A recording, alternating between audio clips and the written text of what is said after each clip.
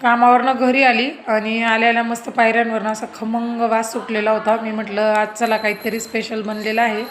तर आई शेजारी राहते, तर आईने हे बघा अनारसे बनवलेले होते, एकदम जबरदस्त टेस्टी असे आणि मला फार आवडतात. तर आल्या आल्या असं खायला भेटलेलं आहे. इतका आनंद झाला आहे की विचारायलाच नको. दिदू पण बघा अनारसेच खाते.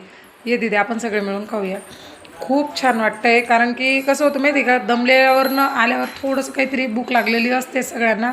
कामावरून आल्याच्यानंतर म्हटलं काहीतरी खायला भेटलं तर लय भाग्य. आणि आज तसंच काहीसं झालेलं आहे.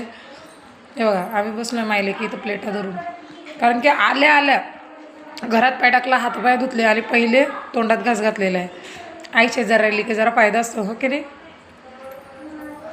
एक आई सुगरण हवी आणि दुसरं लेक, मग आपली मजाच मजा.